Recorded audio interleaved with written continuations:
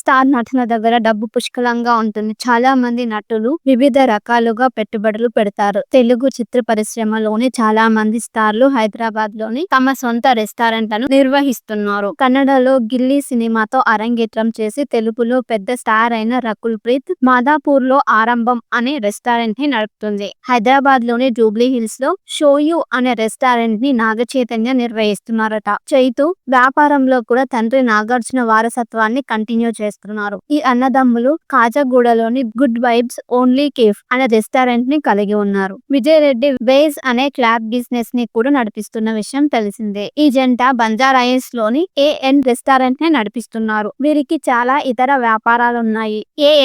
MB clothes, real estate వంటివి చాలా నిర్వహిస్తున్నారు. నాగార్జున జూబ్లీ హిల్స్ లోని ఎన్ గ్రిల్ అండ్ ఎన్ ఏషియన్ అనే రెస్టారెంట్ ని కలిగి ఉన్నారు. నాగ్ ఇతర వ్యాపారాలు అనేకం. జూబ్లీ హిల్స్ లోని బఫెలో వెల్డ్ వింగ్ అనే ఈటరీకి అల్లు అర్జున్ యజమాని. బన్నీ మరికొన్ని వ్యాపారాలపై ఫోకస్ పెట్టారు. ఇప్పటికే ఏ థియేటర్ ని రన్ చేస్తున్న విషయం తెలిసిందే. జూబ్లీ హిల్స్ లోని వివాహ భోజనంబు అనే తెలుగు రెస్టారెంట్ ని సుదీప్ కిషన్ ప్రారంభించారు. చాలా చోట్ల ఈ బ్రాండ్ విభాగాలున్నాయి.